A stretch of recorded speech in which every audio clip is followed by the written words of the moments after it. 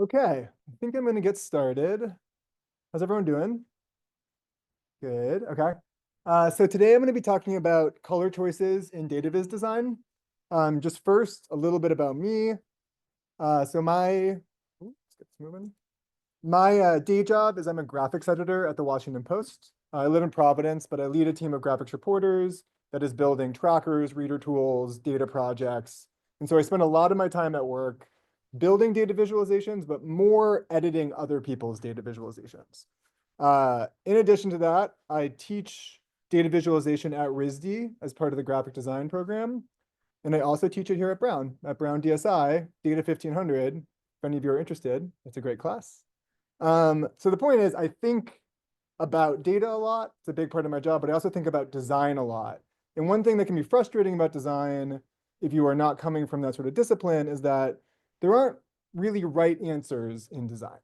Sometimes there are wrong answers. There are mistakes that people can make that make something look really bad, but it's really hard to come up with a single explanation of like, oh, you should always do something this way. This is going to work in all contexts and it's always going to look good. And I think because of that, people, especially people coming from more technical backgrounds, which described me when I was getting started, sometimes shy away from design decisions because they can be a little unsatisfying. You don't know what the right thing to do is. So people end up using the defaults a lot.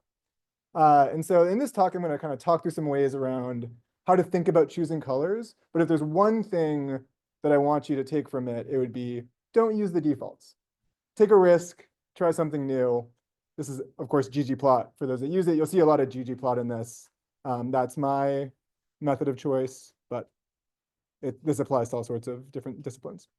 And I would say it's a shame that people use defaults because even in the world of sort of intense scientific visualization, which doesn't have the best reputation for like super great design, there are lots of really beautifully designed graphics.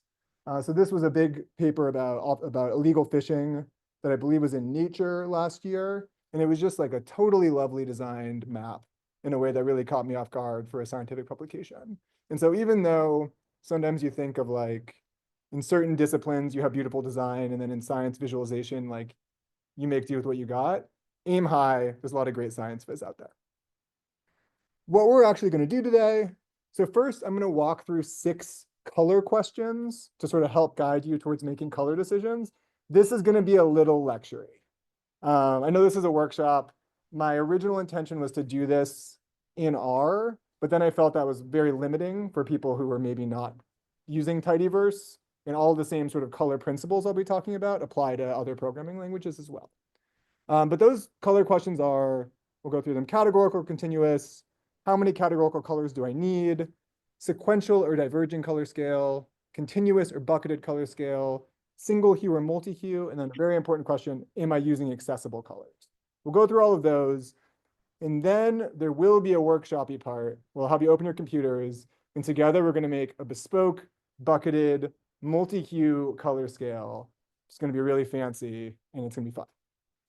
Okay, so 6 color questions. Question 1. What sort of data are you working with? Are you encoding categorical data or continuous data? They both have really different color needs.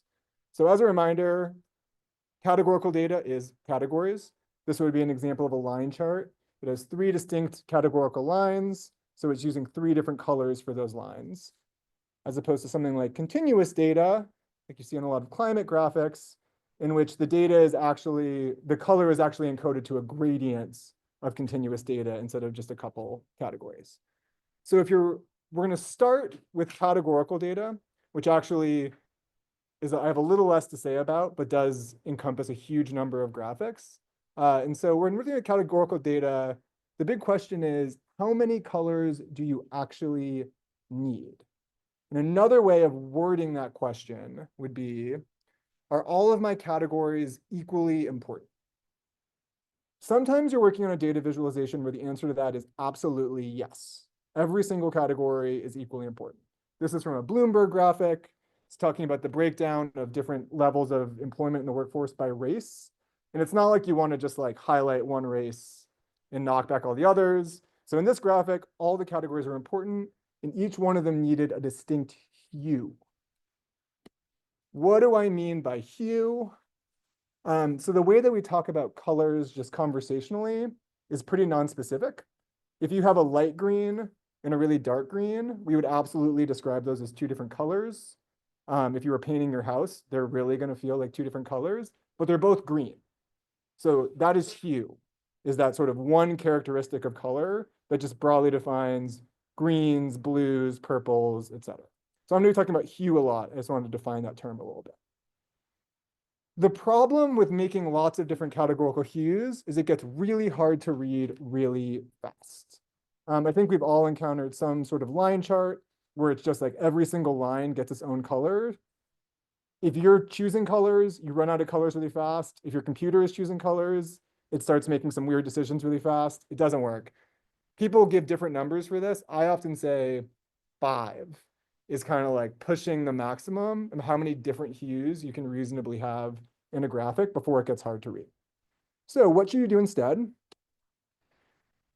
This is where we get sort of into my background in journalism, which is a little bit of a thing that I proselytize for other fields, which is it's not even okay, but it's good for data visualizations to emphasize something for the reader or viewer.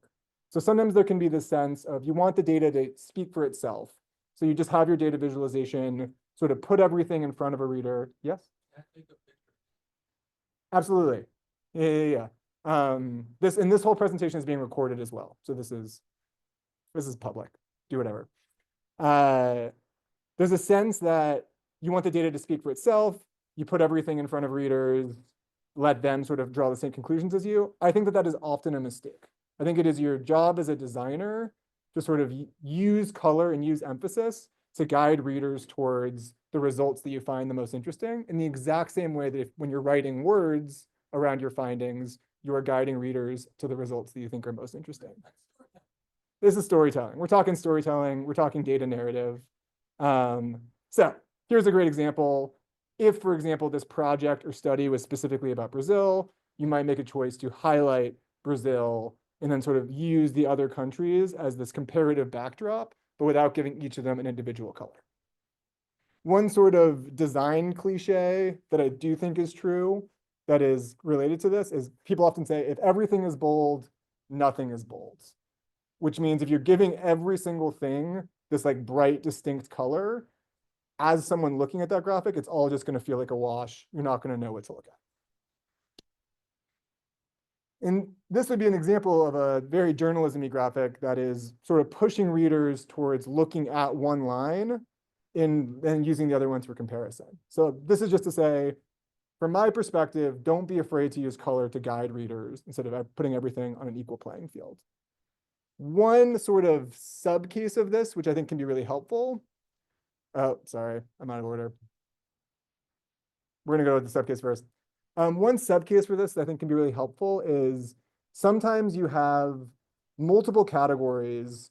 They don't need to necessarily have equal weight, but you don't want to just sort of knock out some of them and make them gray. So this would be an example of a data visualization that has what I would call sorted categories. It's looking at different counties of Rhode Island and how their population share has changed over time. There is a natural sort to these. Providence County is the biggest. Kent County is, as of now, the second biggest. And so I can use 5 different colors here, but they're all the same hue. They're all different, or it's a multi-hue scale, but they're all sort of in this green-blue range.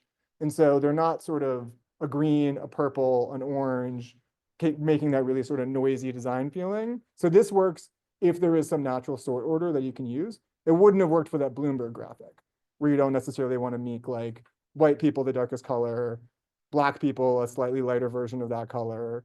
But for this case, it did work. This is going back to the point of when you use fewer colors, you end up using a lot of gray, and gray is a very important color in data visualization. If you're seeing visualizations online that feel very polished or look really well, there's a good chance that they're part of what's making that happen is they're just using gray really smartly. So this is the New York Times COVID tracker from a while back. I spent a lot of time looking at this. I'm sure many of you spent a lot of time looking at this. This is from sort of a technical standpoint, an unbelievably simple graphic. This is just an area chart with a highlighted line and some other area charts below it. using just a few lines of ggplot code, I think any of us could produce this really easily, but it has this really nice polished feel. And part of that is has this real emphasis on this top category with the red, and then everything else is rendered in these sort of different and very carefully chosen shades of gray. And so do not underestimate gray as sort of a design tool. So that's categorical data. I can sort of pause in the middle if people have any questions. This is going to be, we're going through 6 questions, so I'm certainly going to be talking. And I'm just going to give a quick peek at the chat. No questions there. All right. Yes. For slide 20, would you ever want to put both of them? Like, or would you really just want the one on the right?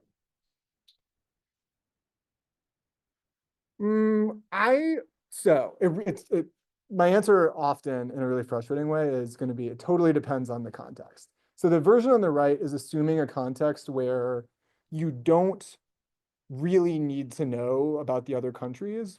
There certainly is a world where you could label a couple of these lines that sort of stand out separate from the other and sort of have it both way a little bit. But imagine, I would say you never want the version on the left. So imagine the way this would actually have to work in practice is there's going to be a key next to this, and that key is going to have 25 colors in it, and a lot of them are going to look really similar to each other. And I think in practice, that version on the left would never work. You could go a totally different route and do something like a small multiples chart, where it's like a miniature chart for each country instead of one big chart. And that would kind of be like a better way of accomplishing what I think the one on the left is trying to accomplish. Yeah, we're there and then we'll go there. Yeah. Piggyback that question. If this was say not 50 countries but 5, yeah, like would that be an example? I think you can get away with it. So 5 was kind of my max. I think you could get away with that. Even in that context, I still am a proponent of emphasis. So let's say you have like the 5 biggest emitters, you want to highlight Brazil. It would be pretty, what I probably would do in that situation is make Brazil a color and make the other 4 countries 4 different grays. So like a gradient from a light gray to a black gray, so that each are getting a distinct line. And then Brazil is getting this special emphasis. Also, one nice thing about having fewer lines is that I would directly label the countries onto each line instead of having it be a key where you have to look back and forth and sort of decode what the different colors represent. Yeah. Yeah. Do you buy into the emotional theory of color? And if so, is red best choice? Or... We will get to that at the end. I will say as like a little preview of it. I believe that colors absolutely do have tonal interpretations. Like that's just true. But those are cultural. And so red, I'm borrowing from a slide at the end, but red means something really specific in the United States, doesn't necessarily mean the same thing in China, for example. Any other questions? Yes. Like line styles that differentiate between different categories, continents? Great question. I don't.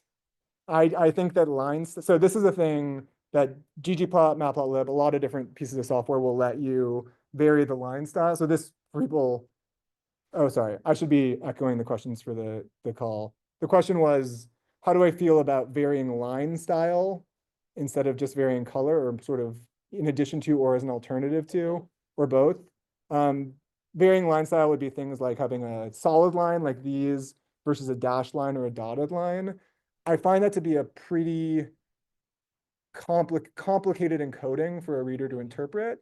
I will use a dash or dotted line when I have a line that represents something different than the other lines. Like for example, if I wanted to include a global average on this chart, and so a bunch of the lines represented individual countries, and one of the lines represented this different aggregate value, then I would be like, this could be a dotted line. If these values actually starting in 2020 kept going, but were projected after that point, that would be another use case where I would definitely do a dotted line. But I don't love this sort of like, these 3 lines, here's how to tell the difference between them. One of them's dashed, one of them's dotted, one of them's solid. Yeah. Any other questions? I love just talking data viz, so there'll be more chances. Yes. And for the first time, when you look at the default there, one Yeah. I'm curious what your opinion is, where this kind of like color went on might make sense, which is when you actually have, say, 20 identical things that are a random sample and 20 of distinguished from. Mm, That shows up like neuroscience context. yeah, You know, waves, you just want to see the collection of waveforms that get sensitive variability, because you don't actually, there's no label attached. So that's a thought that entered my head. Yeah. that I find to be I find it to be totally reasonable. Another use case that's similar to that might be the question was, what about a case where we're just sort of trying to highlight a series of different lines that we don't really need to differentiate. We're just kind of trying to show like a range of possibilities. That I'm doing a bad job of echoing back. A random sampling. Another sort of equivalent case where I think it might be useful is a spaghetti model for hurricane forecasts, where instead of doing one aggregate of what you think the hurricane forecast is going to be, you show a bunch of different lines that each represent an individual model run to kind of give a sense of the range.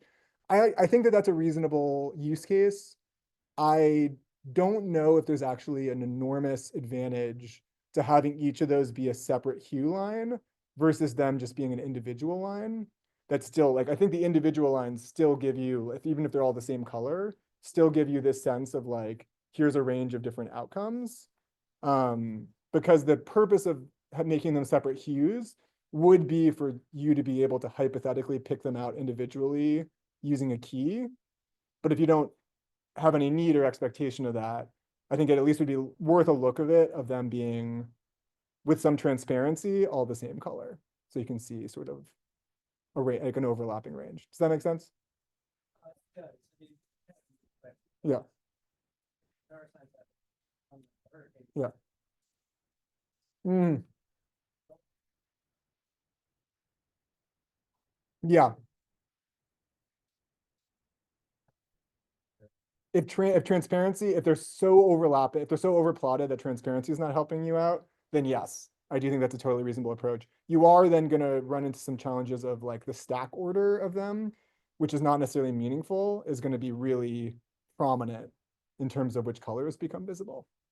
So I guess what I'm saying is that niche case is a hard data visualization challenge. And I don't have a sort of like, well, obviously you would do it this way answer.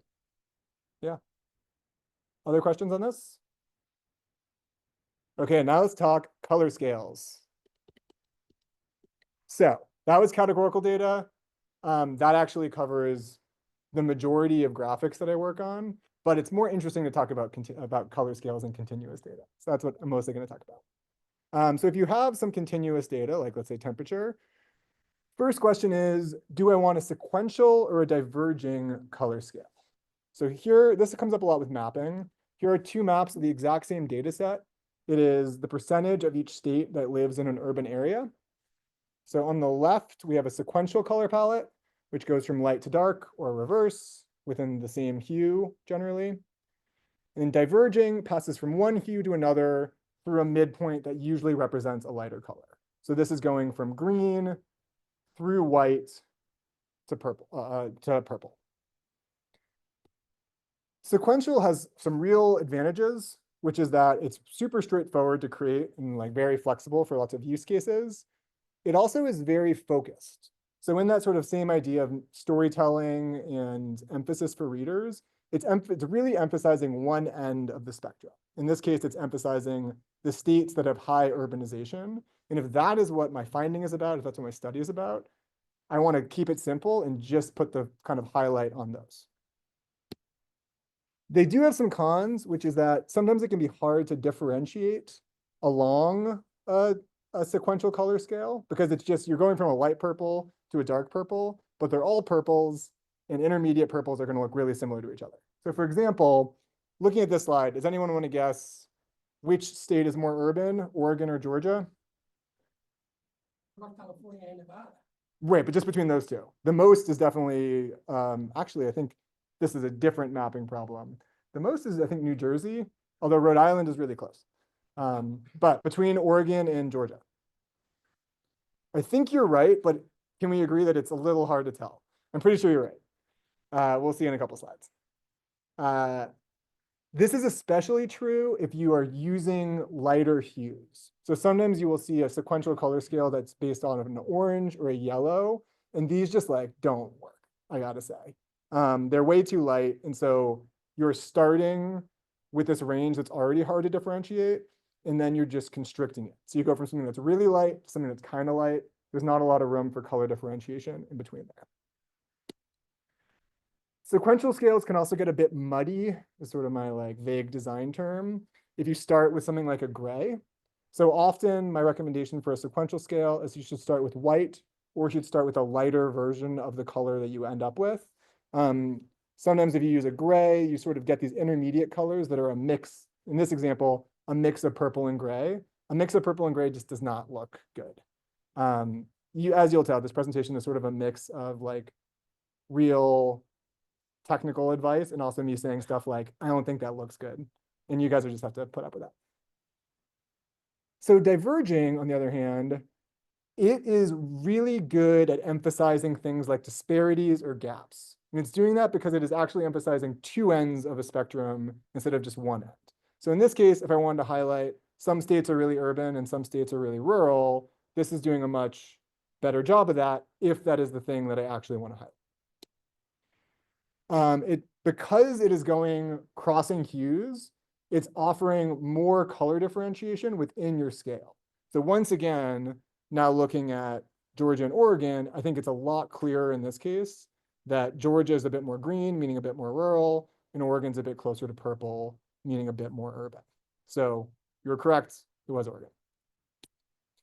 But it also has a con, which is if I'm not actually focused on both ends of the scale, I'm just creating a lot of visual noise for the viewer. If this was from a report or a study about the most urbanized states, I'm not really accomplishing a lot by highlighting this most rural states. I'm just making it harder to see what's going on with the most urbanized states. So it's less focused would be the term. Yes.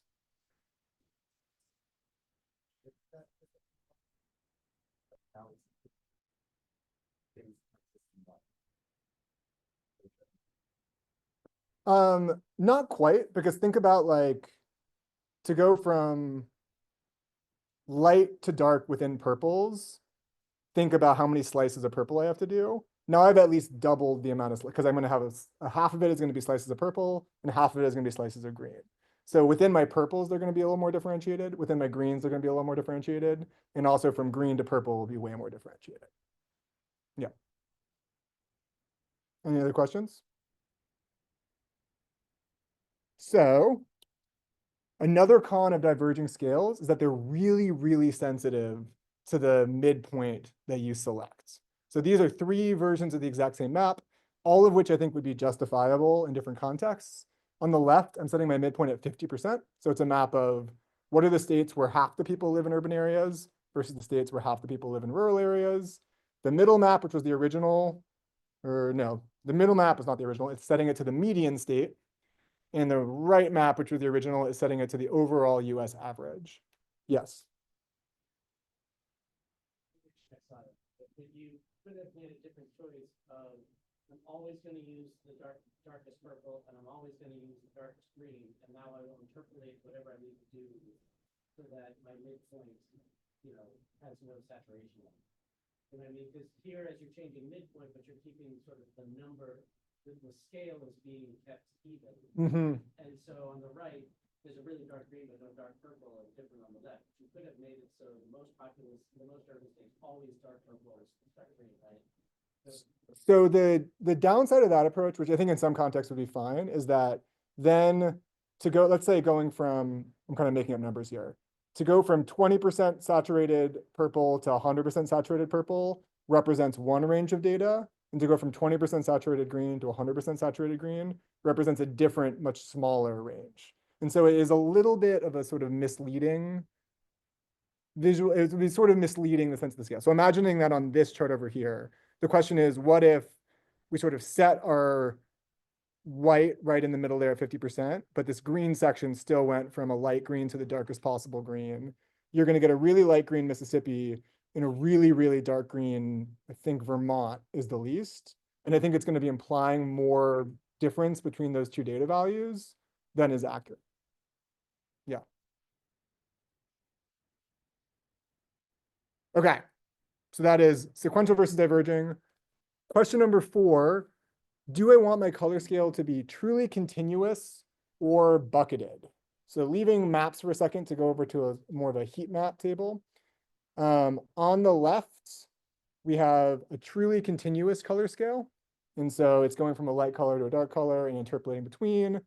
On the right, I am setting a series of breaks and choosing specific, and then only having 6 colors in this entire graphic on the right, as opposed to not an infinite number of colors, but many possible colors in the graphic on the left. One thing that might be a little surprising, this is going to be a little bit about sort of how these end up working in practice using software like ggplot, but I would say the graphic on the right looks a lot more vibrant.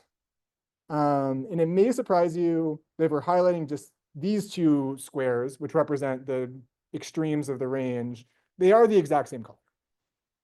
And so these 2 approaches lead to really different looking visualizations, but still coming from this like very specific light green to this very specific dark green. Just to say it again, truly continuous, it's a linear interpolation from one color you've selected to another, while bucketed is using breaks in your data. In this case, I'm breaking by hundreds, and then matching those to a much smaller set of colors. Yes. For the case for green, is that the case for every color? Sort of, and I'll explain why in a second. And just so we know what we're looking at here, this is like a much goofier data set about the TV show Friends and how often different characters on the TV show Friends say each other's names. So one taker would be Rachel says Ross's name a lot, way more often than Ross says Rachel's name, for example. Lots to be mined here. Just a nice example of a heat table. Yeah. When characters say their own name. Do you never say your own name? Well, first of all, they definitely do it less often. Have you watched Friends? Okay, so I would say characters rarely say their own name. Joey says it more than anyone, and that sort of tracks to me, having watched Friends. He will like refer to himself in the third person. Yeah, great question. The question was for the Zoom, when do characters ever say their own names? That would be another example. Okay. So the pros of a continuous scale are that they're really simple. All you need is your data set. You can set a min and a max if you want, but also your data set has a natural min and a max. And then you just pick 2 colors, go from this color to that color. Some software like ggplot will do everything else. The con is that just doing this really simple interpolation on lightness can end up with these charts that feel maybe a little duller than you would expect. Like green is not a dull color. And yet when you do a simple interpolation from a light green to a dark green, you end up with this, which in contrast to the other one feels a little off. This talk is not going to get so much into sort of the technical aspects of color perception, although they're really cool and people should go to IEVAs if they want to like fully dive into that world. But we have many different ways. What's going on here is we have many different ways of defining a color, and every single different definition produces its own color space is the term.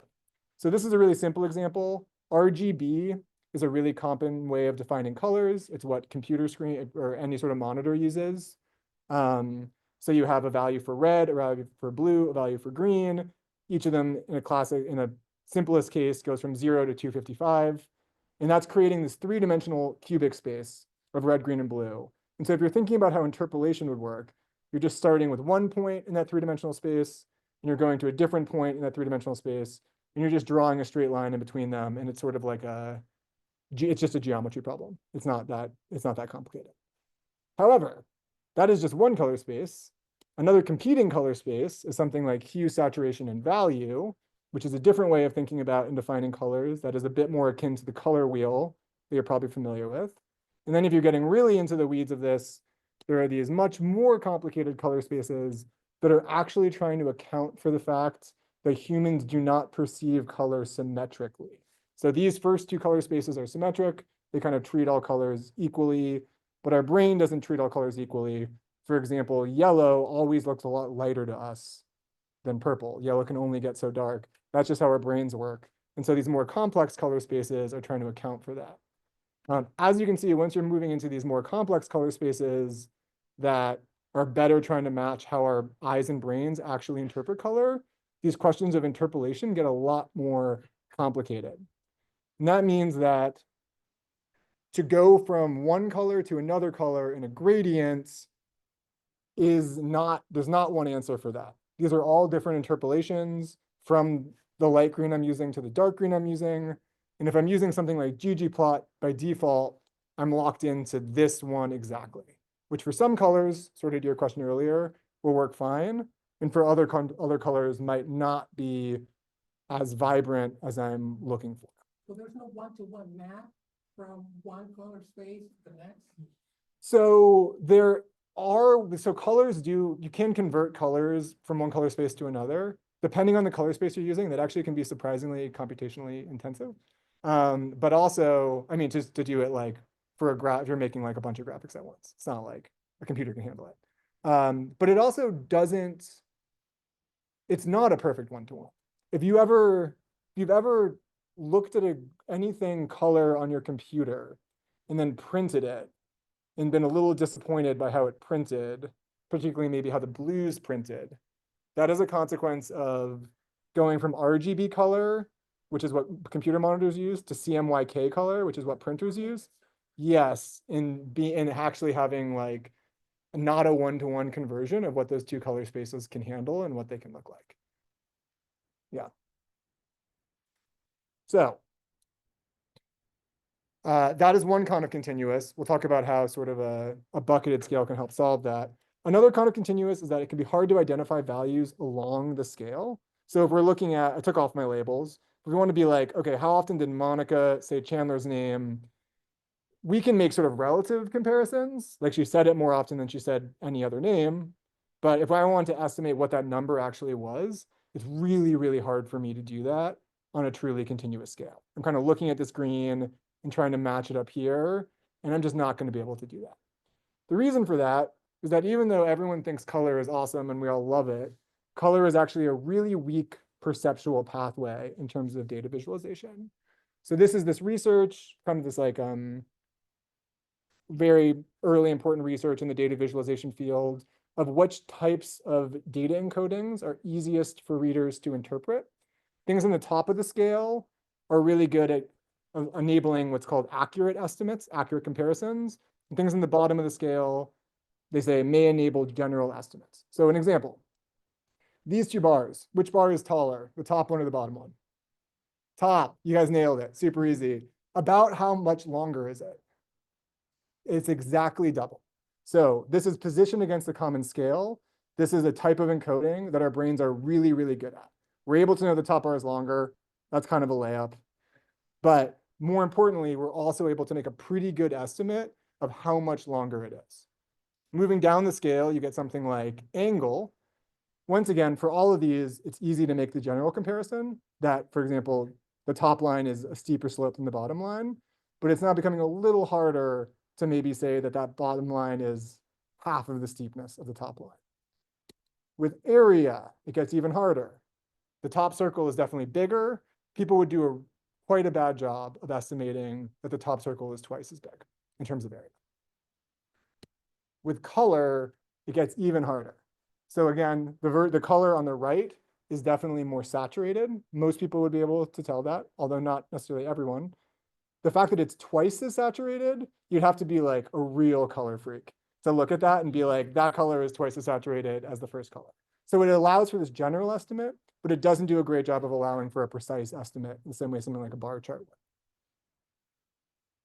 So some of the pros of a bucketed approach is it allows for these more complex color interpolations just for the reason of a lot of sort of charting software only locks you into one type of color interpolation. Like ggplot is going to be an LAB color interpolation. But when you are using a bucketed scale, you actually are selecting a palette of a small set of colors, and you can use any type of interpolation you want to generate those colors. So in some ways, it's kind of offloading some of the work of trying out those different color scales to other tools. It also, in some senses, makes it easier to decipher values. So once again, pointing at Monica, this is not going to let me know exactly what that number is, but at least I can compare to only these 6 buckets, and I can make it's easier to make a more general estimate of like, okay, looks like this green. So Monica said Chandler's name somewhere in between 500 and 600 times. I think that is easier to do with this scale, if that's important, than it was to do with the other scale. That being said, in this case, I would just throw labels on everything like I did in the original one. Couple cons for bucketed scales is one, you need to make way more decisions. So instead of just sort of feeding it a light color and a dark color and it goes to town, you have to decide what the breaks are going to be. In this case, I braked by hundreds. And you also need to figure out what the colors for each bucket are actually going to be. In the selecting the breaks, so to select the colors, I'll talk a bit at the end about how you actually can find colors, and then we'll make our own palette. But something like Color Brewer 2 is a really, really great tool, which is where I got this set of greens from, that has already done, when I was saying kind of like offloading some of that work, it has already sort of generated some really nice scales that use some interesting interpolations to make something that looks nice for readers. But one of the cons of deciding your breaks is that you can create artificial breaks that are not necessarily meaningful. So when you are doing buckets, you are sort of being a bit editorial. For example, all 4 of these values are really quite close to each other, but because I broke on hundreds, something like 299 is this lighter green, and something like 311 is this darker green. So they look quite different from each other, even though these two are a lot more similar than 209 and 299. So I'm sort of introducing these artificial lines that are just 100% coming from like my decisions as a human. And I literally just picked hundreds because they were nice round numbers. So that is a con of bucketing. There are other ways of doing it that are not just like round numbers. You could do something like quintiles, for example, would give you a set of breaks that would be sort of technically justifiable, but it's still going to create this problem of 2 values that might be really similar. One might just fall into one quintile, one might just fall into another quintile. And so it's creating this real artificial separation. I'm showing all of this in the context of a sequential color scale, but just to know that they also work for diverging color scales. So this is a nice graphic of sea surface temperatures. This is not a continuous scale. This is a bucketed diverging scale. So in the middle, you have a white near average. Then it goes 3 buckets to the left of blues, 3 buckets to the right of reds. Easy to imagine a world where this is just a totally continuous gradient. But this does, to me, make it a little easier to interpret what are these areas of like most concern, which are the warmest, although there is a little bit of a lack of transparency of what values are actually representing the gaps in those buckets. Yes. Question about missing values. Mm-hmm. White is 0. Sometimes when we have our applications often have a lot more intermixing. It looks like the gray here is all at the bottom. We'll just have missing values interspersed in between with it. So diverging color scale makes sense for our application. So how would you think about representing the difference between 0 and missing? Yes, great. So that's a great question. And I'm going to echo it and then kind of give an answer for it. The question was, what to do about missing values? So this graphic that we're looking at right now uses white to represent places that are near average, and then gray to represent essentially, I mean, in this case, it means sea ice, but essentially like null values. But it has this really nice benefit of all the null values are right next to each other. I would say once again, and this is part of, I think, what makes actually a lot of, in particular neuroscience visualization really tricky. It is really hard when you have interspersed null values. Another option, if sort of the mixing of white being the middle of the scale, well, a couple options. One, you don't have to have white be the middle of the scale. So this graphic could have gone just down to a light blue and a light red. One consequence of that is then you're making this really strong differentiation between something that's slightly below average and slightly above average, which is not ideal. Another option might be to use pattern to represent null values instead of color. So I don't like sort of introducing a lot of patterns into my visualization, like cross-hatching or something like that. But I do think in the same way that a dotted line can be used to represent this one type of thing is really different than my other type of things. I think a little bit of pattern can be helpful for differentiating. These are like null values. They're really different than these other parts of the color scale. So you don't have that confusion of white versus gray. Again, it's a good question and not an easy one. Yeah. You, Dan. Yep. We also have really strong perception of shapes. And when we do binning like this in the spatial data, like binning meaning what term do you use for binning? Bucketing? Bucketing. Yeah, binning, bucketing, classing, all Yeah, when we same. bucketing like Yeah. this, it can also give us useless information. So for example, the shapes that is very sharp doesn't really have a strong meaning in spatial context. So in this plot, I would say probably a linear color scale is better instead of binning. That's a good I'm gonna echo that comment from on the Because call. it's very Yeah. patchy data. Yeah, so the sort of comment, which I think is a good one, is that in the context of spatial data, like this is kind of similar to the slide I showed about the sort of a hierarchy of different visualization types.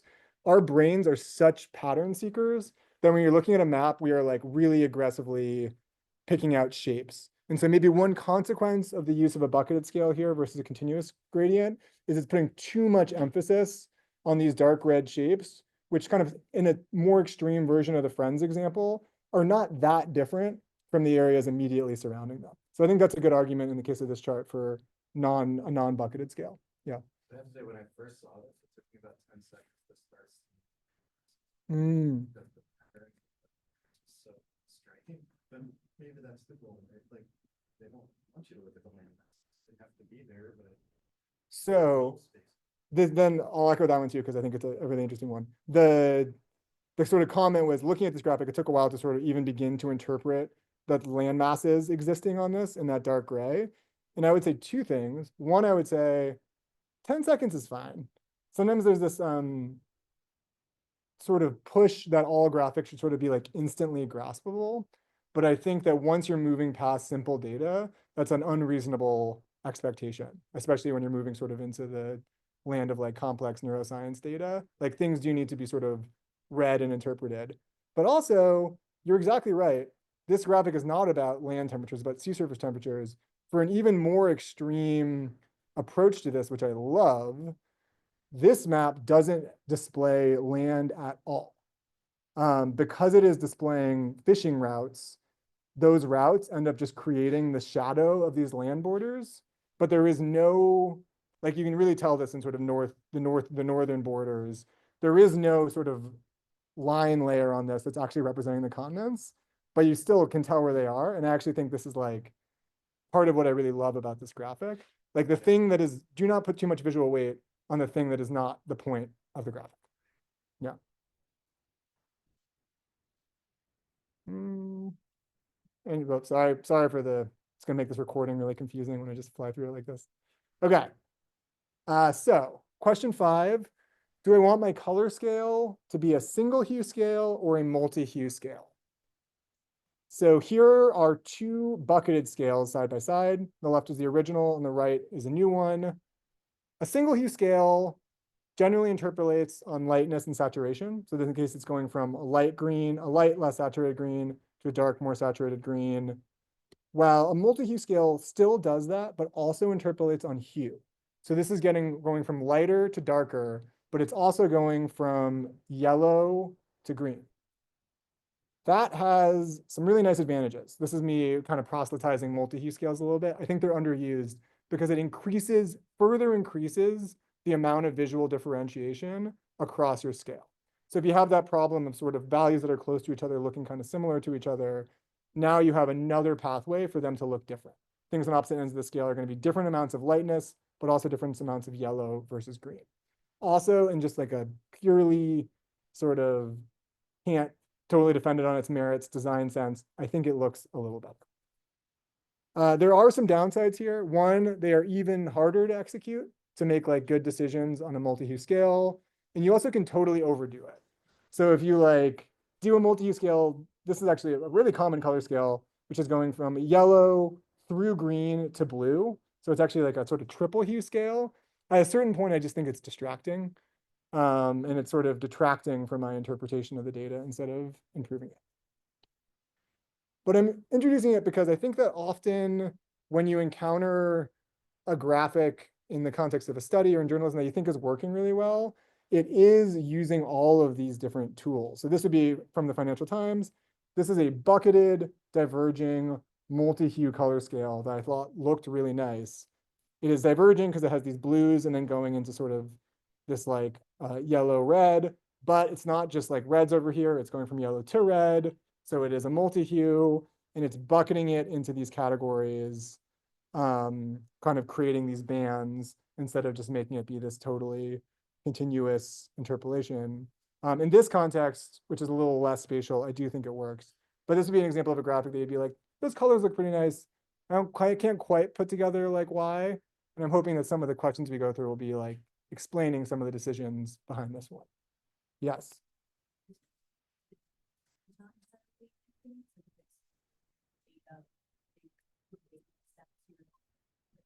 Creating a more continuous scale, or is it like?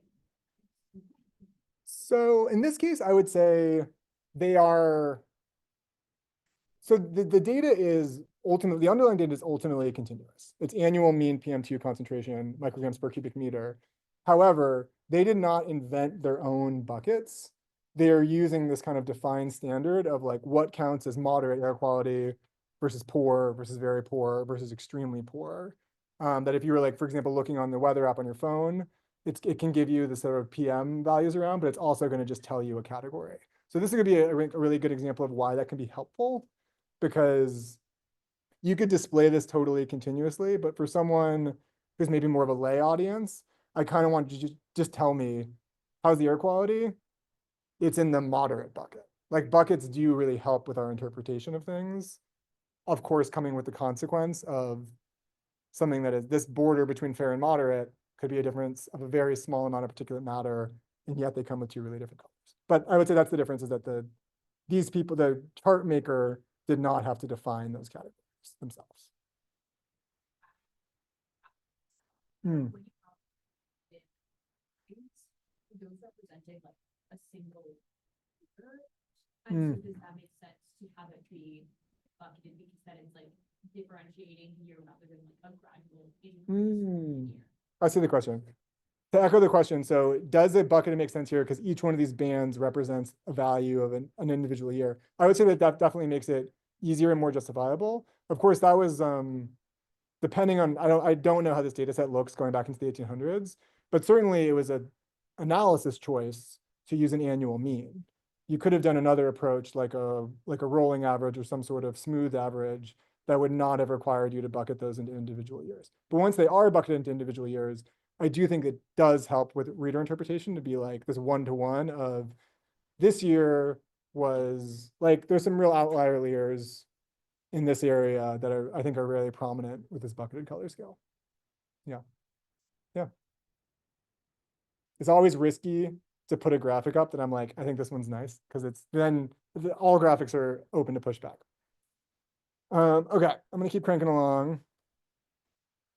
Just want to make a quick point about what I would call the ultimate multi-hue, which is a rainbow palette. Avoid this, and whenever you give a talk about color, you always have to say avoid a rainbow palette. The reason for that is a rainbow palette is not accounting for how our brain actually perceives color. So it's creating these artificial bands where, because of how we sort of interpret lightness versus how the color wheel works, feels like there's a real break there. It feels like there's a real break there. And so if this is supposed to be representing some continuous value going from one end to another, it's not doing a very successful job of that. It's making these sort of artificial breaks just literally based off of how the lightnesses of different colors work. And that's very apparent when you convert a rainbow palette to grayscale, and you can see you enter this sort of like light zone, another light zone here, this real dark zone there. It's not lightness adjusted, as we will get to once we're making our own palette. So this sort of conversion to grayscale leads me to my last color question. Are my colors accessible? Which is a very important category, a very important thing in color choices. So all your color scales should be colorblind friendly. Is anyone in this room colorblind by any chance? You also don't have, I don't want to do a HIPAA. You don't have to answer that if you don't want to. Whenever I speak with like any size room of a reasonable size, someone is likely to be colorblind. particularly of note is avoiding red-green scales, which you probably should avoid anyways, because to me they always look a little Christmassy. But that would be sort of the worst case scenario for colorblind friendliness. That being said, I think when you talk about color and accessibility, there's a lot of emphasis put on color blindness, and that's good because color blindness is real, but it is just one factor of accessibility. This is a chart from Microsoft that I always really enjoy about, enjoy is a weird word, that I think is really valuable. That is about sort of different levels of accessibility needs. So there are certain accessibility needs that someone might have permanently and they might be colorblind, but there's also sort of temporary needs and situational needs. And so I would say, even though most people in this room are probably not colorblind, all of you sometimes, oh, let me finish this one thought. Are you colorblind or no, No. hop in. All of you will encounter situations where you get older, or it's really bright outside and your phone is quite light, or there's all these situations where the color thing that matters the most is actually contrast. Yes, if you wanna. Well, I do have a question about the, Yeah. the different varieties of colorblindness. So like color blur, for example, like if you choose colorblind friendly, the number of divergent scales goes down dramatically, and you can't even find one with 7 or 9. I know you don't like 7 or 9, but like how common are, like if you have to basically try to accommodate the most common versions, you said red green is the most common. So red green's the most common version. I would say, as always, aim to accommodate everyone. That red green color blindness represents, I think, 10% of men and is by far the most common. And so at my job, we aim to do all of them, but certainly we do run into situations of being like, this is this really hard sort of cartographic situation where you are limited in colors because we can't use these because they have like political ramifications or blah, blah, blah. And yes, there are times that we will have some flexibility on that. Yes. Well, so you probably know, the matplotlib people very strongly go in on religious. Yeah. That is the right color map because it addresses the lightness thing that you mentioned, and it's good for colorblind people. And then you also have said don't use the default. So I'm just curious what your opinion is. Stay tuned. Okay. So this is just to say contrast, really important. When you are particularly putting labels over colors, you need high contrast. So in this case, I'm making this a little bit of a move where once my colors get dark enough, those labels switch to white. Just know that, and like in general, this is a graphic I made in my past that I regret. Really try to avoid using lightly colored labels. In general, I would say I try to avoid using colored text entirely. Like if I'm doing a key, I won't just like color that text. I'll do like a little box with the color and then black text because contrast is real. Contrast is also sort of multi-factor in this way that gets complicated. So something might work when the text is really big, that stops working when the text gets a lot smaller. Might work when it's bold, but won't work when the text is thin. So this is just a consideration. There are some tools that can help with this, like this contrast checker, which is available online, where you just sort of pass in your colors, pack in your background, and it will tell you whether you're passing these web accessibility checks. So those are my 6 big color questions, but there's sort of one really big unspoken question, which is going to get into this territory. How do I actually go about picking my colors? These are all sort of useful frames depending on your data, but like, where do I even begin? So I would say there are some color conventions that I think are worth following. If you look in a lot of climate graphics, you will have blue representing cooler temperatures and red representing warmer temperatures. And because that convention is so, first of all, I think pretty intuitive and also very widely used, you have to have a really good reason not to use it. Other color conventions I'm less into. These are a lot less common than they used to be, but the sort of classic men are blue, women are purple, sort of reinforce, not necessary in reinforcing certain sort of gender stereotypes. Getting to this question really early on, all colors do have these tonal meanings. So for example, when you're using something in an American context, when you're using something like a red, you're representing things like danger, stop sign. There was, I think, a totally reasonable question about that very first graphic, Brazil being highlighted in red. Certainly, I would expect that to be a graphic about like, oh no, Brazil's emissions are going really high. That would be my interpretation of that. But this is a cultural interpretation, depending on the context in which you're displaying your data visualization, red does not necessarily mean danger, bad, emergency worldwide. And so you have to be aware of your audience and the context in which it's going to appear.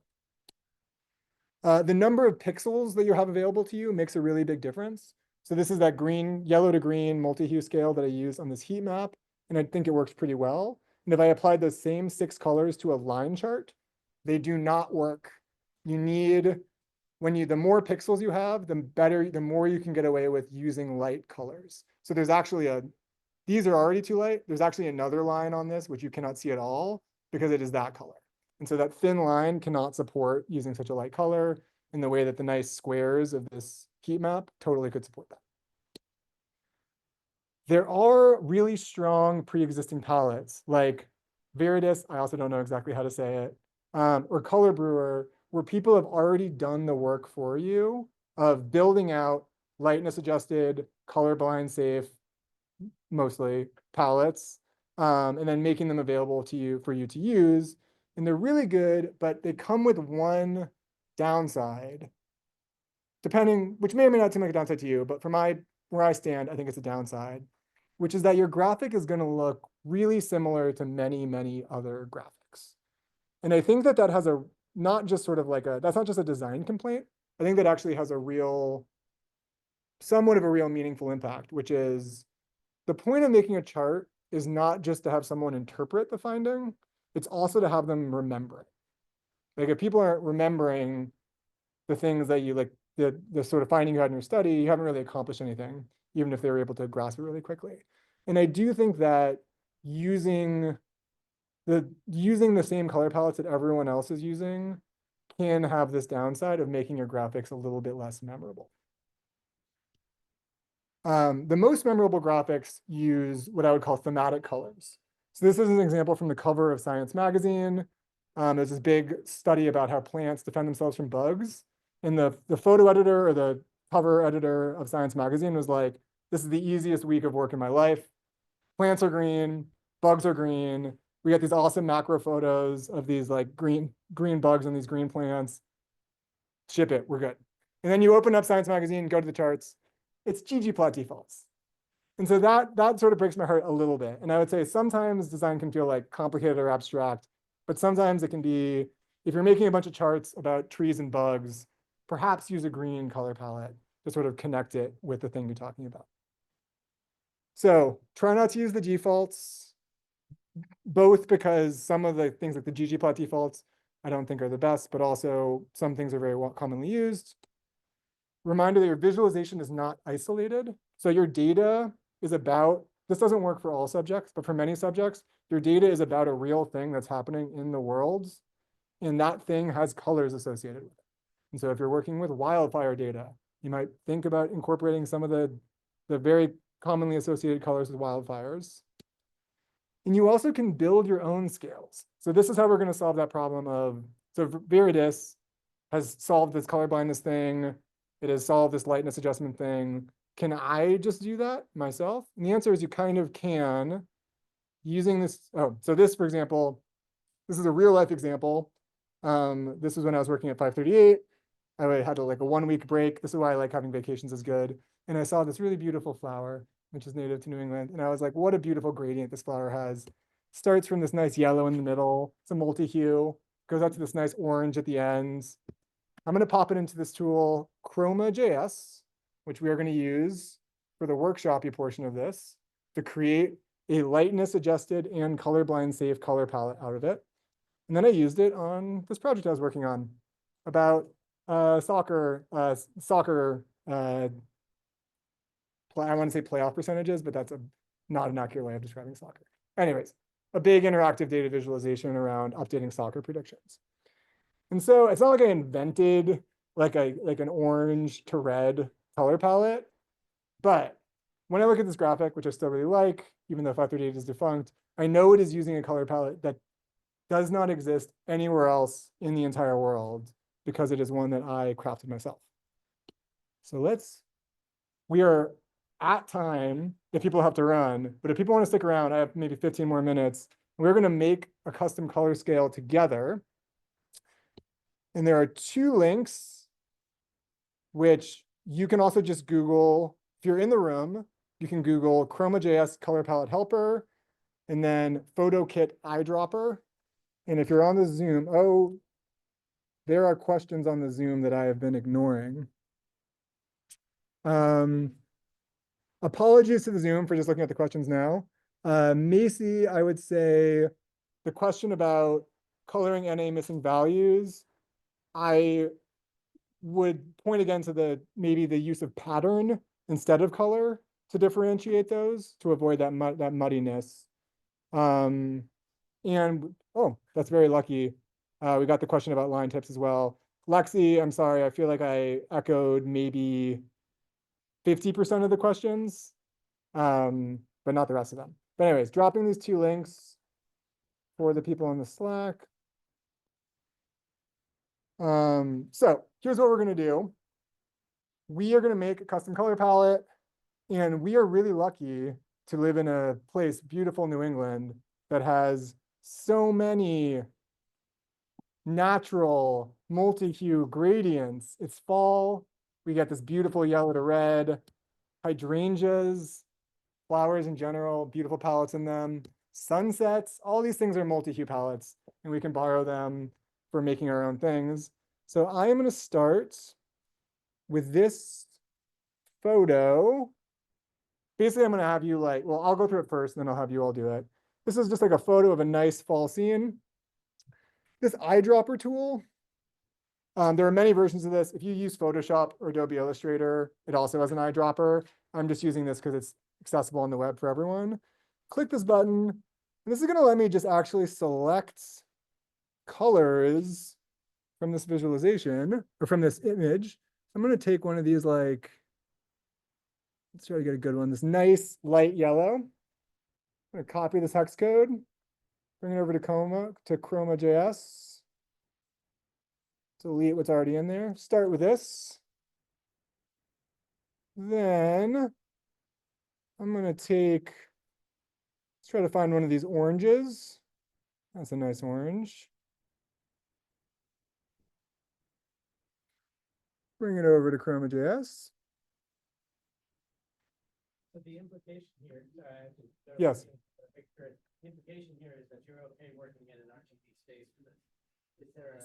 So ultimately, this is sort of the question. The question was, am I comfortable working in RGB space?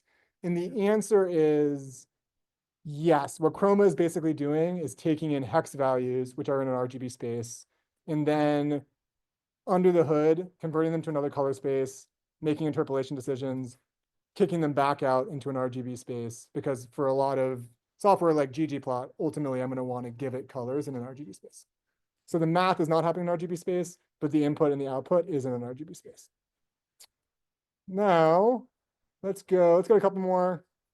Let's get a nice red. I'm being a little arbitrary here, but you'll see how a lot of this actually works in a second. And let's finish it off by getting an even darker red, if I can find a good one. Does the order you do this matter? Yes, it does. It is going to create a palette that is in the exact order that you're making it. And so what Chroma is doing, it's this great tool by this guy, Gregor Eisch, who is a New York Times graphics editor who is really obsessed with some of these sort of lightness adjustment questions. It's doing a couple things for me automatically. One, it's correcting lightness. So if I turn off this button, we can see it look uncorrected to corrected. What that means is that if I converted this to grayscale, every single step is going to be an equal amount of lightness change, which is exactly what we want for a bucketed scale. It also gives us this sort of, for one, it also is checking to make sure the palette is colorblind safe. In this case, it is. You can simulate it using a couple different types of colorblindness. And it has a couple of different options for how I actually interpret the colors. They're not going to get into sort of the technical details of, but using the Bezier interpolation sort of smooths it out a little bit, even if it makes it a little less vibrant in the middle. And I also importantly can choose the number of colors I actually want it to generate with the scale. Yes.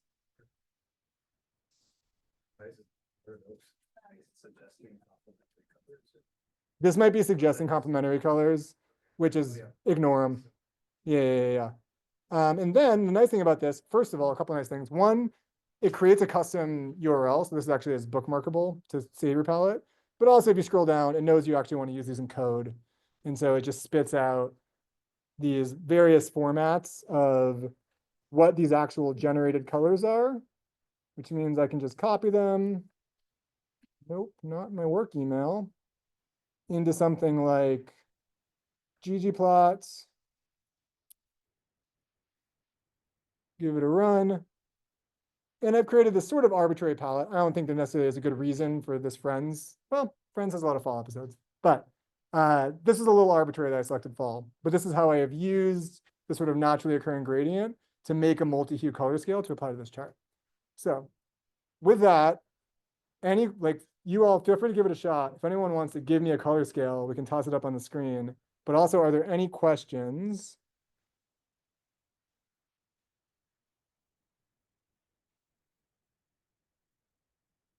From the room or from the Zoom?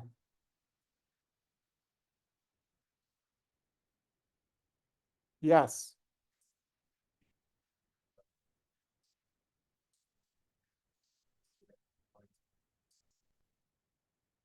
I think yellow, a kind of classic yellow that doesn't have like a bunch of like a good amount of orange mixed into it. The question was, yellow is really light. Is it ever kind of valid? Should yellow be avoided? I think yellow should often be avoided, unless you have like a really specific thematic reason to use it. It just is much more limited. It is sort of unique in how light the darkest possible yellow is. Yeah. Any other questions?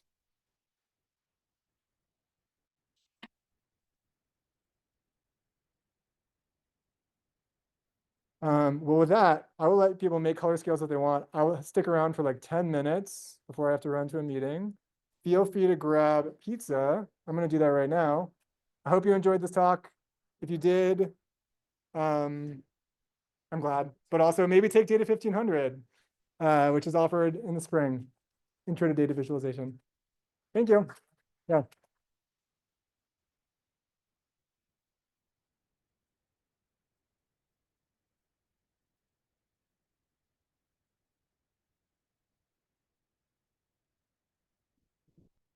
I do, sorry. To clarify, I teach that class. Yeah. Okay, I think I'm going to shut down this presentation. Thank you to all in the Zoom. Sorry for the bit of inconsistency and echoing the questions, but I hope you all still enjoyed that.